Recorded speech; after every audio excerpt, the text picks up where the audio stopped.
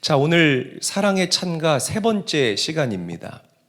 오늘 함께 나눌 말씀의 제목은 과정은 필수다라는 주제로 함께 말씀을 나눠보기를 원합니다. 한번 저를 따라하죠. 과정은 필수다. 더 크게 한번 따라합니다. 과정은 필수다. 제가 원래 여름에 러시아에서 사역하고 계시는, 선교하고 계시는 이준이라는 목사님을 만나서 교제를 하게 됐습니다. 이 현지에서 사역하는 이 목회자 중에 이 설교를 할 때 현지어로 능숙하게 할 수 있는 목회자는 굉장히 그 수가 아직도 희소합니다. 근데 이분은 러시아어를 정말 우리나라에서 둘째가라면 서러워할 정도로 굉장히 잘합니다. 그 현지인 같이 이 러시아어를 한다는 거예요. 그러니까 영성을 겸비한, 그리고 실력을 겸비한 이 두 가지의 소양을 모두 갖춘 그런 목회자라는 거예요. 그리고 그뿐만 아니라 이 사명감도 굉장히 투철해서 러시아 선교에 목숨을 걸고 선교하는 그런 선교사님이에요.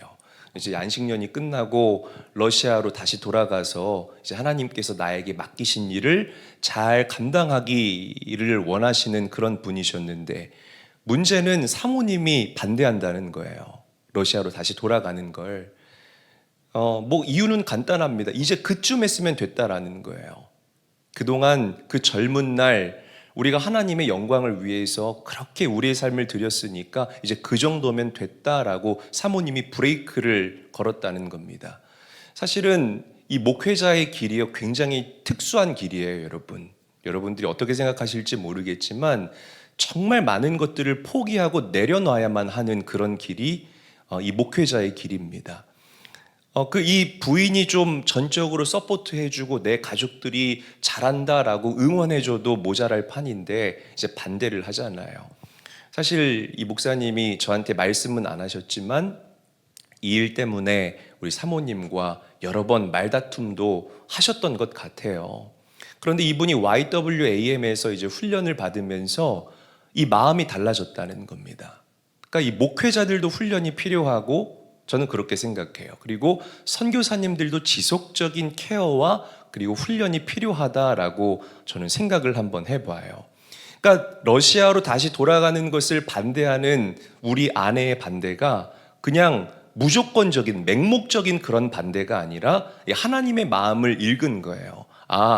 하나님의 뜻을 새롭게 물어야 할 때구나 라는 그런 감동을 아내의 입술을 통해서 나에게 주셨다라고 고백을 하더라는 겁니다.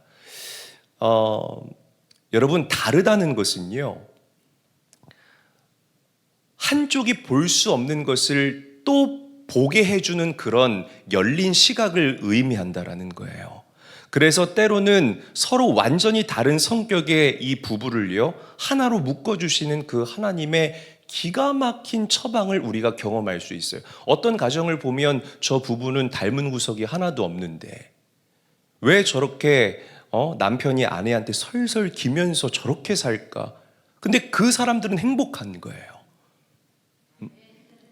아멘입니까, 여러분? 아니에요, 여러분? 아멘이에요, 아니에요?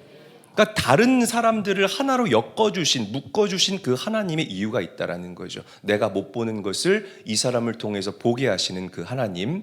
그러니까 우리가 살면서 굉장히 다양한 사람들 만나잖아요. 나랑 다른 사람들 만날 때 좀 그 사람이 여러분들에게 피곤하고 스트레스풀 할 수가 있습니다. 그런데 다르다고 해서 그 사람을 내 인생에서 빼버리는 사람은 정말 어리석은 사람입니다. 다르니까 내 삶 가운데서 빼거나 지우지 마시고 더하거나 곱할 수 있는 성숙한 성도님들이 될 수 있기를 주의 이름으로 축복합니다. 그래야 여러분들의 삶이 풍성해지고 내가 볼 수 없는 다른 이면도 바라보면서 더욱더 지혜로워지는 그런 은혜를 우리가 경험할 수 있게 되는 거예요. 그러니까 이 YWAM 멘토들도 이 선교사님에게 계속 그래요. 목사님 맞습니다. 이제는 하나님의 새로운 그 뜻을 구해야 할 때라고 아마 사모님을 통해서 하나님께서 우리 선교사님께, 목사님께 말씀하시는 것 같습니다. 그러니까 이분이 이제는 정말 행복한 고민을 하는 겁니다. 옵션이 막 생긴 거예요. 내가 러시아로 다시 돌아갈까? 아니면 나 오라는 곳도 있으니까 새로운 이 대한민국의 사역지에서 목회를 할까? 너무 행복한 고민을 하고 있는 겁니다. 여러분, 이 워커홀릭들이 있잖아요. 막 사명감이 투철해가지고요, 열심히 일하는 그런 사람들이 있지 않습니까? 이 투철한 사명감이 어떻게 보면 내가 이 세상을 살아갈 수 있는, 내 살고 있다라는 그런 이유가 될 수 있어요. 그러니까 투철한 사명감이 나쁘다는 것이 아닙니다. 그런데 이 사명감이 여러분들에게 지나치면 모든 것을 강박적으로 생각하게 됩니다. 반드시 그렇게 돼요. 그러니까 이루어야 할 목표와 비전이 있기 때문에 많은 사람들을 희생시키거나 내 주변 사람들을 돌아보지 못하는 그런 안타까운 일들이 생길 수 있다는 거예요. 그래서 일에 미친 사람들이 가정을 방임하거나 아니면은 그 일이나 직업 때문에 가정이 깨지는 그런 사람들을 우리 주변에서 우리가 많이 만나볼 수 있지 않습니까? 여러분 명심하세요. 사명은 인격에 기초합니다. 아멘. 사명은 인격에 기초하는 거예요. 수신제가 치국 평천하라는 말이 있죠. 무슨 뜻이냐면 몸과 마음을 닦아서 수양하고 집안을 가지런히 하면 나라를 다스리고 천하를 평한다라는 그런 이야기라는 거죠.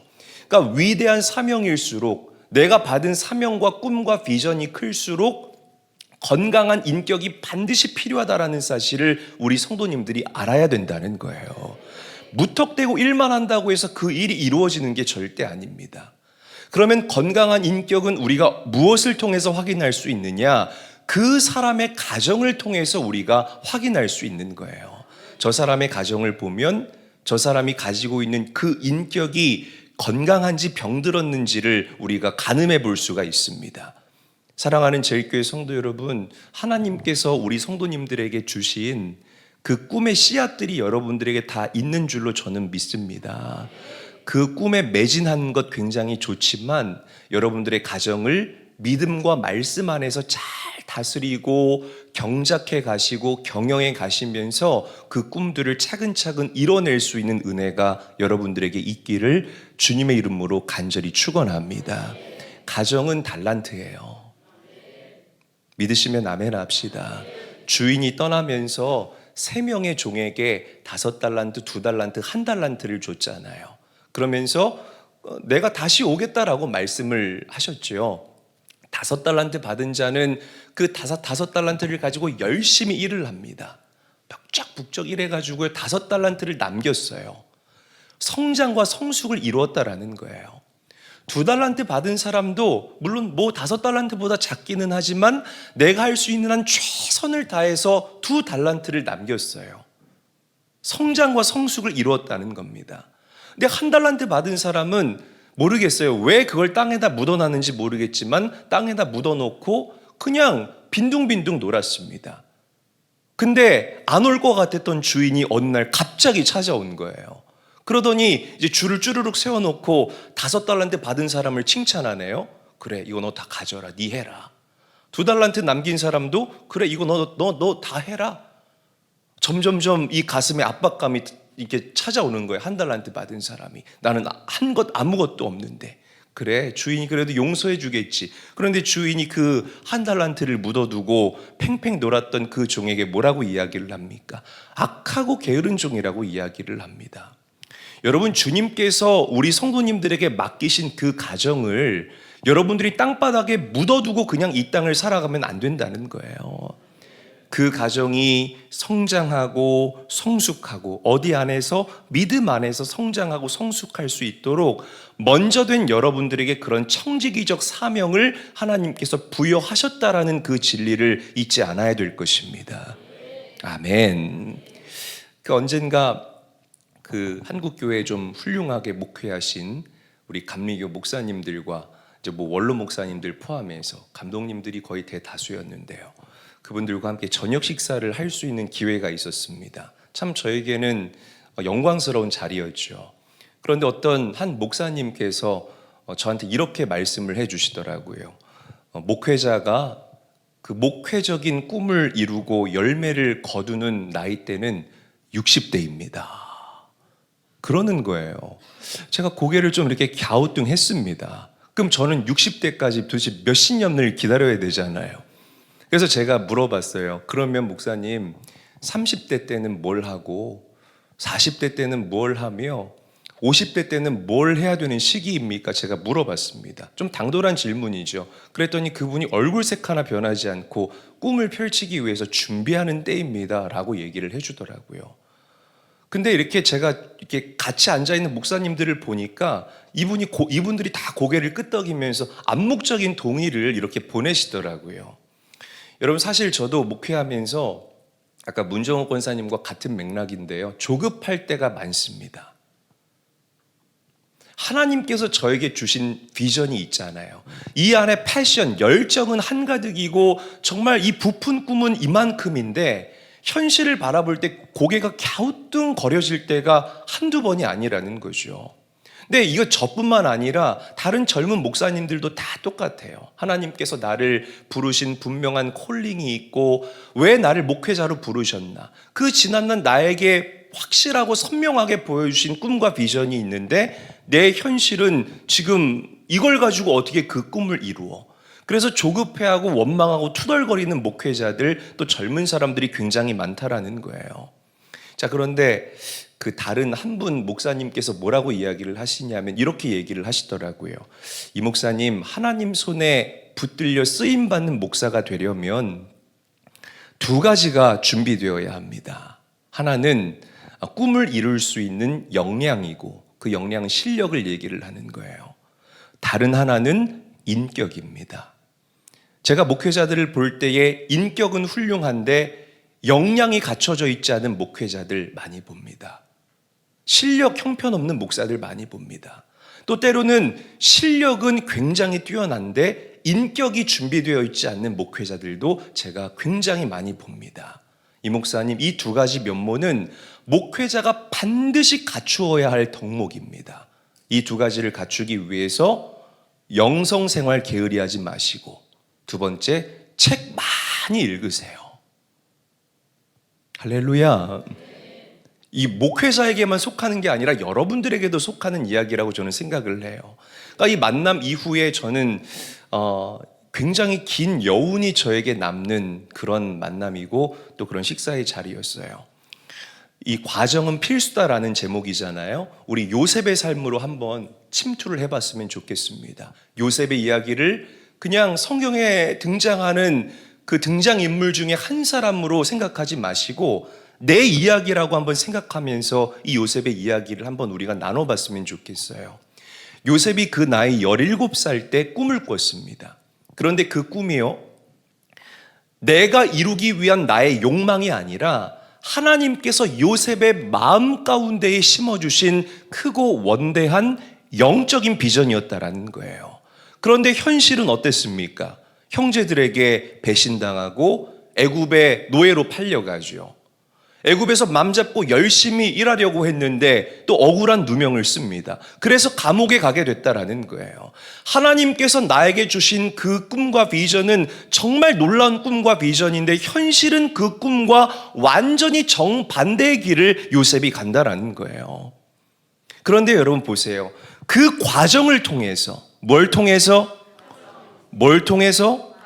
과정을 통해서 하나님께서는 요셉을 준비시켜 가십니다.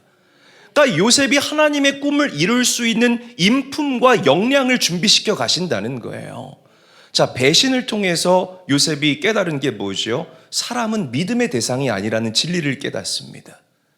사람은 믿음의 대상이 아니라 오직 하나님만이 믿음의 대상이다. 사람은 사랑해야 할 대상이고 용서해야 할 대상이구나. 요셉이 철저하게 깨닫게 된다라는 거죠. 그러면서 그 과정, 그 억울한 과정을 통해서 요셉이 받은 레슨이 뭐예요? 용서의 레슨을 받았고 사랑의 레슨을 받게 된다 이 말입니다. 여러분, 누명을 요셉이 썼잖아요. 보디발 장군의 집에서 요셉이 누명을 쓰지 않았습니까? 누명을 통해서 요셉이 깨달은 게 무엇일까요? 이 세상에 이렇게 누명 때문에, 즉 억울함이라는 이 키워드를 가슴에 담고 살아가는 사람들이 정말 많구나. 내가 그들을 이해할 수 있구나. 할렐루야. 악함과 타협하지 않고 내가 하나님 사이드에 서게 되면, 항상 하나님 편에 서게 되면 모든 일에 합력하여 선을 이루시는 하나님을 경험할 수 있겠구나. 요셉이 그 과정을 통해서 배운 레슨이라는 거죠. 그러니까 과정은 필수입니다. 여러분, 꿈만 꾼다고 해서 그 꿈이 이루어지는 것이 아니라 꿈을 이루기 위한 고난과 무너짐과 눈물과 땀, 그 과정이 반드시 여러분들에게 필요하다라는 사실을 기억하셨으면 좋겠습니다. 세상의 시각으로 요셉을 바라보면 요셉에겐 애굽의 노예로 팔려가고 억울한 누명을 쓰고 감옥에 갇힌 이 기간이 과연 하면서 고개를 갸우뚱하는 그런 시간이었을 거라는 거예요. 막 내 현실을 바라보면 무슨 볕단이 나한테 절을 해. 맞잖아요. 이 꿈이 나한테 감히 어떻게 이루어질 수 있어. 막 한숨만 푹푹 나오는 그런 시간이었을 거라는 거죠. 그러나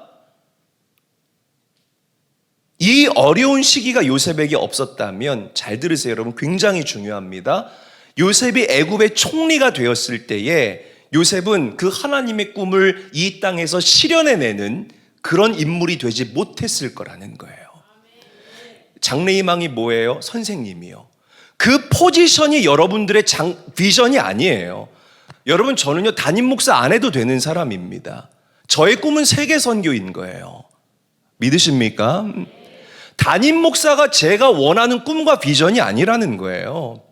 포지션이 중요한 것이 아니라 과연 하나님께서 나의 삶을 통하여 어떻게 나에게 주신 그 꿈들을 이 땅에 써 내려가시며 그려 내려가시며 또 펼쳐 나가시는지, 그게 여러분들에게 중요하다는 것입니다. 요셉의 장래희망이 애굽의 총리였습니까? 아니에요. 아니라는 거죠. 모든 민족이 하나님의 살아계심을 요셉을 통해 경험하고 생명의 지탱자가 되는 것이 하나님께서 요셉에게 주신 비전이었다는 것입니다. 여러분, 착각하시면 안 됩니다. 장래희망 뭐예요? 뭐가 여러분들의 꿈이에요? 뭐 사업하는 사람이요? No, 아니에요. 의사요? No, 선생님이요? 그게 아니라는 거죠. 하나님께서 여러분들에게 부어주신 구체적인 비전을 이 땅에서 실현해내는 사람들, 저는 여러분들이 그런 사람들이 될 수 있기를 주님의 이름으로 간절히 축원합니다. 그래서 보면은 많은 사람들이 꿈을 이룰 수 있는 자리에는 올라가요. 요셉처럼 총리가 된다는 거예요. 그 포지션에 올라간다라고요. 그런데 그 자리에 올라갔는데 역량이 되지 않으니까, 그 필수인 과정을 거치지 않고 그 자리에 올라가니까 무너지는 사람들이 얼마나 많은지 몰라요. 정치인들이 그 좋은 예가 되겠죠. 반면 교사 삼아야 됩니다. 그 국회의원, 시장, 당대표, 그런 포지션은 되지 않았습니까? 그런데 역량이 되지 않으니까 청문회 하나 통과하지 못하는 것 보세요. 반면 교사 삼고 우리가 보고 배워야 돼요. 나는 저렇게 살면 안 되겠구나. 과정이 없으니까, 그 과정이 엉터리였으니까 그 자리가 그 사람을 풀어내지를 못한다는 거예요. 무슨 말인지 이해가 되십니까? 작은 일 때문에 무너지는 큰 사람들이 너무나 많다라는 거죠. 꿈을 펼칠 수 있는 찬스가 기회가 나한테 왔지만 역량이 나에게 없기 때문에, 필수인 과정들을 통과하지 않았기 때문이라는 거예요. 그런데 요셉은 준비되어 있었던 하나님의 사람이었음을 믿으시기를 바랍니다. 배신을 통해서 배운 레슨이 있죠.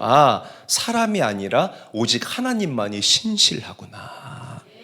아멘. 할렐루야. 하나님만이 변함이 없으시구나. 요셉이 안 거예요. 배신을 당할 때는 참 아팠지만 그 필수 과정을 요셉이 경험하니까 그것이 요셉의 경험치가 되고 실력이 되고 역량이 되는 기가 막힌 반전의 역사가 일어나게 된 줄로 믿으시기를 바랍니다. 이 배신을 통해서 권력에 빌붙지 않게 되잖아요. 보세요. 7년 풍년 동안 요셉이 사치했습니까? 그렇지 않아요.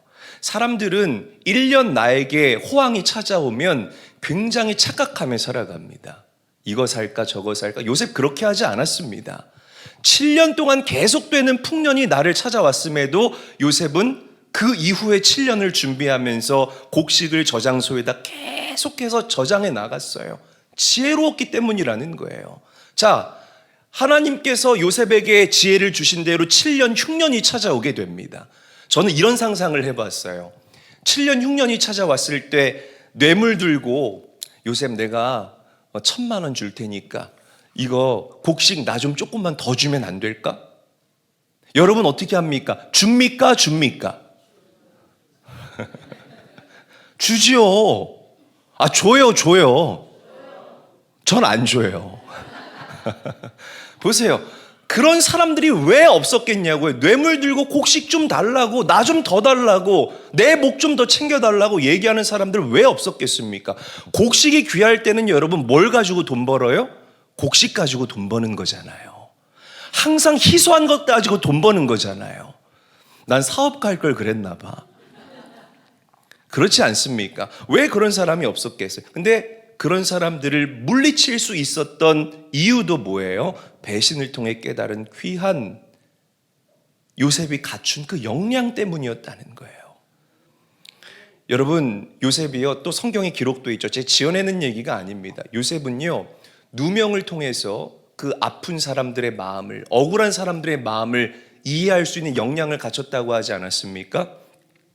7년 동안 계속되는 기근 때문에 그 핍절한 사람들의 마음을 요셉이 이해를 한 거예요.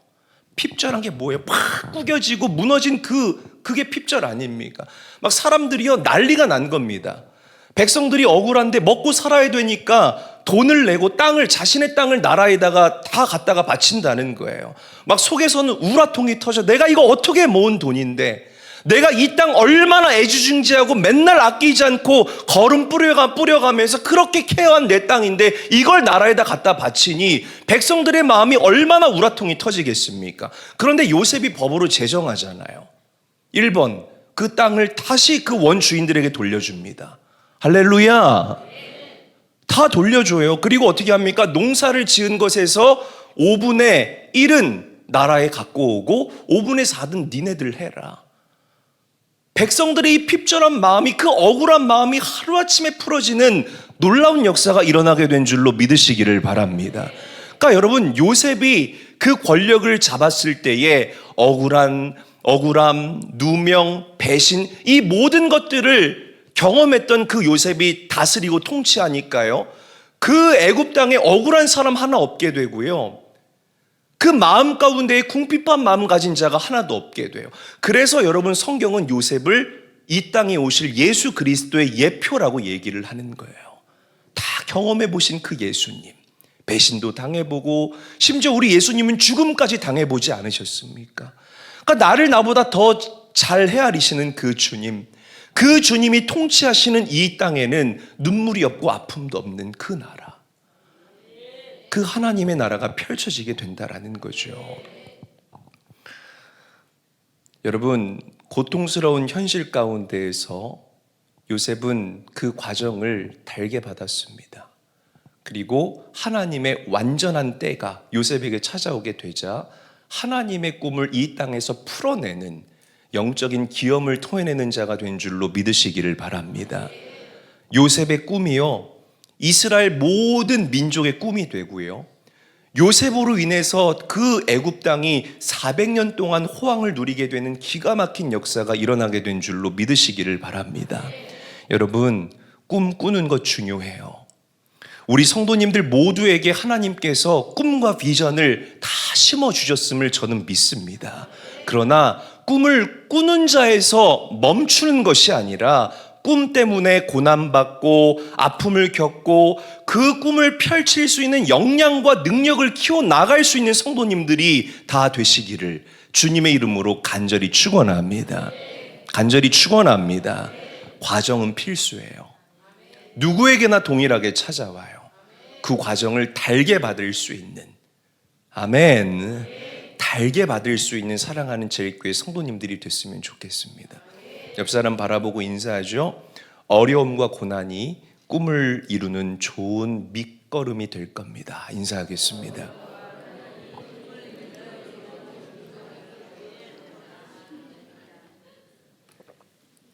자, 우리 예수님의 꿈, 이제 오늘 본문 말씀 한번 살펴볼게요. 우리 예수님의 꿈도 한번 나눠봅시다. 요한복음 17장 14절에서 17절까지 한번 우리 화면을 보고 읽어보죠. 한 목소리로 읽겠습니다. 크게 시작.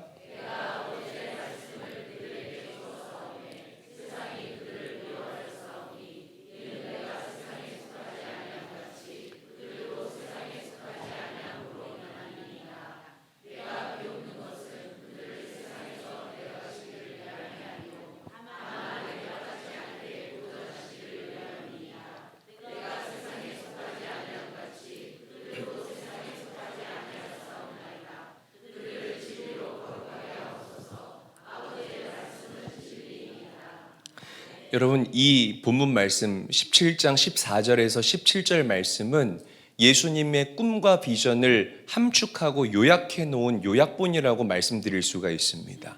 참 신학자들이 얘기하기를 이 요한복음 17장에 기록된 예수님의 기도야말로 이 세상에서 가장 성숙하고 위대한 기도요, 그리고 대제사장적인 기도다라고 이야기를 하고 평가를 하죠.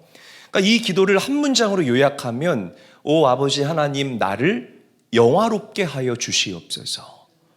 저를 따라합니다. 하나님. 크게요. 뒤에도 다 따라하세요. 하나님. 나를 영화롭게 하여 주시옵소서. 자, 이제 조금 있으면 예수님이 십자가에 달려 죽으실 거예요. 그런데 예수님께서 이 십자가에 달려 죽으시기 직전에 영광을 하나님께 구하고 있다는 거예요. 영광을. 여러분, 예수님께서 구하시는 이 영광은 세상의 영광이 아닙니다. 에덴의 영광을 이야기를 하는 것이고, 예수님께서 성육신하여서 이 땅에 사람의 몸으로 오셨잖아요. 사람의 몸으로 오시기 이전 예수님께서 하나님이셨을 때에 그때 가지고 계셨던 영광을 주님, 아버지 하나님, 이제 나에게 돌려주시옵소서. 주님께서 그렇게 하나님께 요구하고 요청하는 그런 기도라는 거예요. 아멘. 여러분, 십자가가 뭐죠? 십자가는 가장 극악무도한 죄인이 죽는 형태를 우리가 십자가라고 알고 있죠. 그런데 예수님께서 십자가에서 죽으시겠다는 거예요. 죄 없으신 그분이. 예수님은 죽고 누구를 살리기 위해서? 대답하세요. 예수님은 죽고 누구를 살리기 위해서? 나를 살리기 위해서. 이게 예수님의 꿈이었던 거예요. 내가 죽고 저 사람이 대신 사는 것, 내가 찢기고 저 사람이 나음을 입는 것, 이게 바로 예수님 마음 가운데 있었던, 아니 태초부터 하나님이셨던 그분이 그려나갔던 예수님의 그림이었다는 겁니다. 이 꿈이 이제 이루어지기 직전이라는 거예요. 그런데 누가 그 예수님의 십자가를 방해하죠?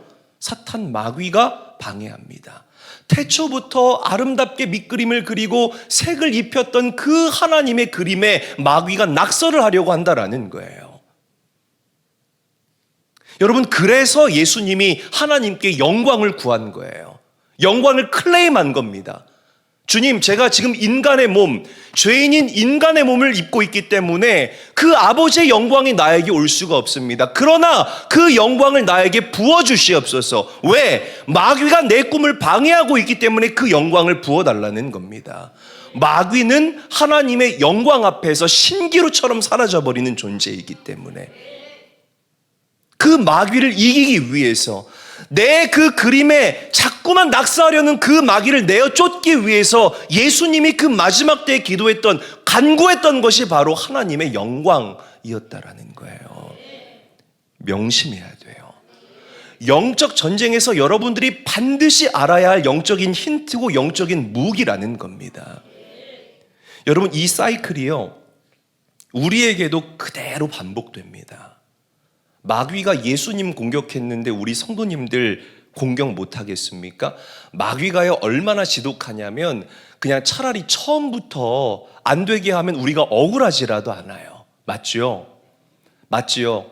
밥 다 짓고 뜸 잘 들여가지고 열어봤더니 어마, 밥이 잘 됐네? 막 기름이 차르르 흐르는 거예요. 그래서 푹 퍼가지고 밥살 탁 해가지고요 김치랑 집에 가서 드세요. 오늘 그렇게 밤에 어차피 철야 끝나면 가슴 두근대서 잠 바로 안 오잖아요. 파김치랑 돌돌 말아서 김 싸서 좀 드셔봐.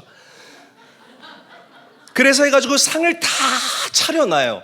떠먹기만 하면 되는데 마귀는 거기다가 모래 뿌려요. 마귀가 이렇게 지독해요. 처음부터 밥하기 전부터 그때 침퇴 뱉으면 그거 씻어서라도 먹지, 꼭 다 차려놓으면 마귀가 그렇게 거기다가 초를 치고 모래를 뿌린다고요. 무슨 말이냐? 열매를 거두기 직전이 있어요.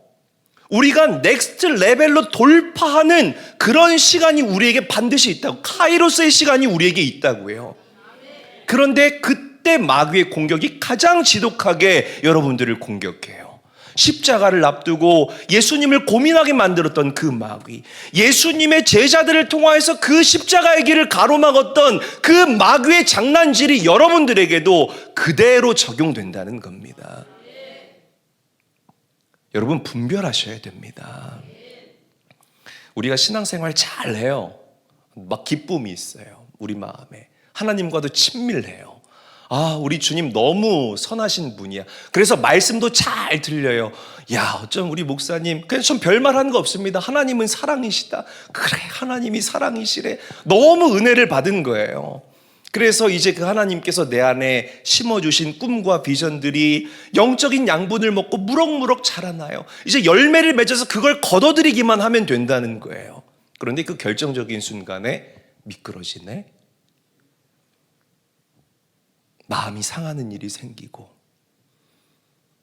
하나 되지 못하고 의심하는 그런 일들이 우리를 찾아오게 된다는 겁니다. 항상 그런 식으로 여러분들을 공격해요. 그럼 우리는 하나님을 원망합니다. 왜? 이해가 되지 않으니까. 넌센스니까요. 하나님을 원망해요. 하나님 왜요? 왜 이런 일들이 하필 이때 나를 찾아오나요? 나 잘했잖아요. 하나님 이제 목전까지 내가 오지 않았습니까? 사랑하는 제일교회 성도 여러분, 그게 분별되어지면 주님 원망하지 마시고 하나님 앞에 잠잠히 서서 주님께 물어볼 수 있는 성숙함이 여러분들에게 있기를 주의 이름으로 간절히 축복합니다. 마귀의 장난질이 분별될 때가 있어요. 이게 하나님께서 주시는 시험이라면 그 시험을 그냥 기쁜 마음으로 받으면 되는데요, 열매를 거둬들이기 직전에 항상 여러분들을 밀 까부르듯이 막 까부치는 그 마귀의 장난질이 있다고요. 그게 주님 앞에 물어봤을 때 분별이 되어지면 예수님처럼 하나님의 영광을 구할 수 있는 영적인 성숙함이 여러분들에게 있기를 주의 이름으로 축복합니다. 마귀는 하나님의 영광 앞에서 아침 이슬처럼, 아침 안개처럼 그냥 한순간에 사라지는 존재예요. 믿으시기를 바랍니다. 이스라엘이 출애굽할 때 바로왕이 풀어줬잖아요. 그런데 안 되겠는 거예요. 그래서 바로왕이 다시 군대를 이끌고 이 이스라엘을 추격하게 됩니다. 이제 곧 있으면 출애굽이라는 그 꿈이 이스라엘의 삶의 실제가 되는 그 순간 직전인데, 출애굽이라는 그 열매를 이제 따서 뉴 라이프를 이제 우리가 시작할 수 있는 그 바로 직전인데, 바로가 그 완고한 마음을 아직도 꺾지 못하고 이스라엘을 추격한다라는 거죠.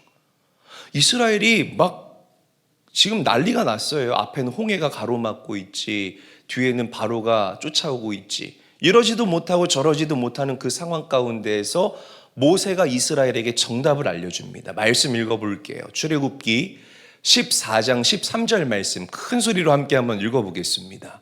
시작.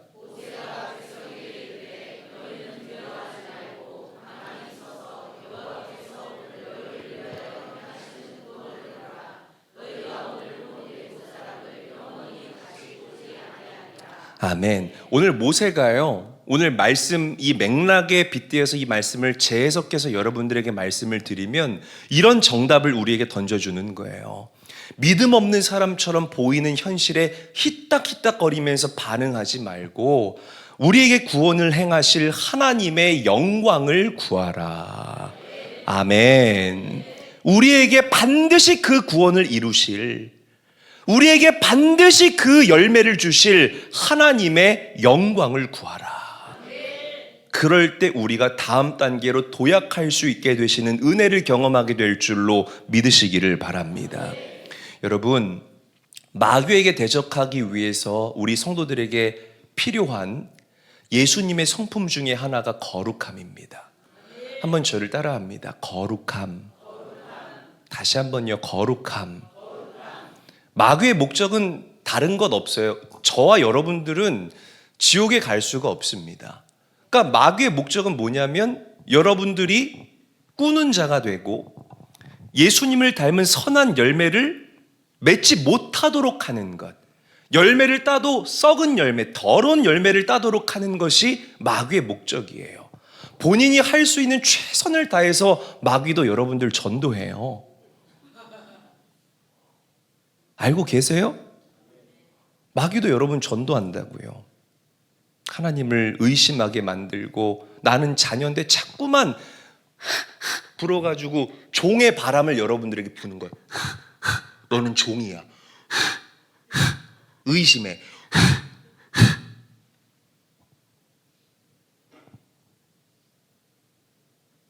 속는 사람들 있잖아요. 마귀의 목적이라는 거죠.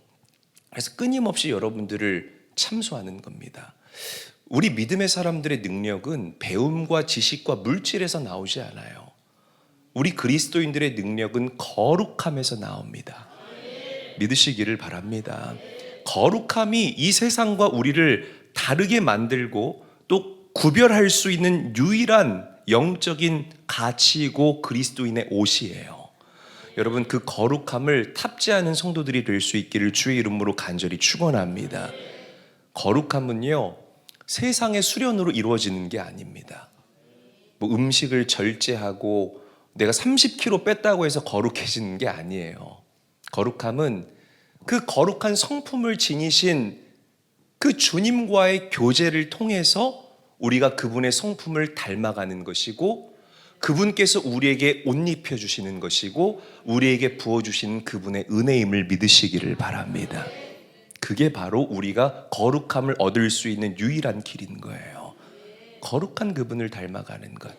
우리가 이렇게 사람과 교제하면 이렇게 닮아가지 않습니까?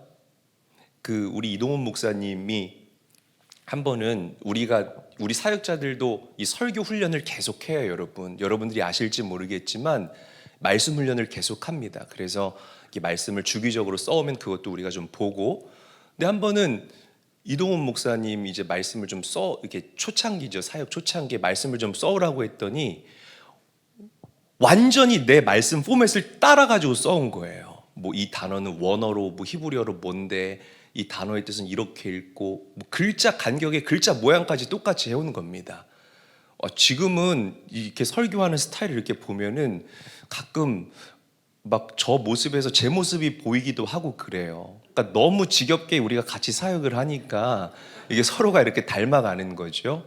그러니까 사람이 오래 관계하면 그렇게 서로가 영향을 끼치고 닮아가게 됩니다.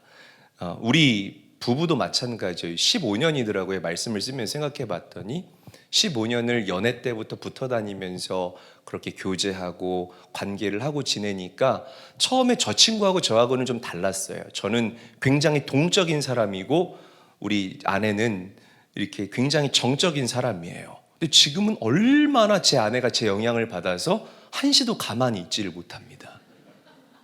몸만 맨날 집안 이렇게 마대질하고 있고 화장실 청소하고 있고 운동도 얼마나 열심히 하는지 참 이게 닮아가는 거죠, 저를. 또 이 식습관도 이제 저를 닮아가기 시작하고, 그러니까 남들이 보기에는 조금 불편해 보이지만 저희 부부는 그게 편해요. 왜냐하면 서로 이렇게 코드가 맞기 때문이라는 겁니다. 제가 무슨 말씀을 드리고자 하냐면 마찬가지예요. 우리가 기도를 통해서 하나님과 교제하지 않습니까? 계속해서 오늘도 교제하고 내일도 교제하고 그렇게 하나님의 음성을 듣고 하나님의 뜻을 분별하고 그렇게 주님과 만나는 그 기도의 시간이 여러분들에게 반복될수록 여러분들의 성품은 주님의 성품을 닮아가게 될 거예요. 거룩하고 흠이 없으신 그 성품. 그래서 신앙생활 오래 한 사람들의 특징을 보면, 제대로 오래 한 사람들의 특징을 보면 참 성품이 좋아요. 주님의 거룩함을 닮았기 때문이라는 것입니다. 저는 여러분들에게 그런 주님의 거룩함을 담게 되는 은혜가 가득 임할 수 있게 되기를 주님의 이름으로 간절히 축원합니다. 거룩은 기도를 통해서 이루어져요. 한번 저를 따라합니다. 거룩함은 기도를 통해 이루어진다. 그 거룩함을 구하는 예배자가 되시기를 바랍니다. 자, 말씀을 정리하죠. 모두에게 하나님 주신 꿈과 비전이 있습니다. 부정할 수 없습니다. 그런데 그 꿈이 그냥 이루어지는 게 아니라 하나님께서 우리 성도들에게 허락하시는 과정들이 있어요. 그 과정은 필수입니다. 아멘. 과정은 필수예요.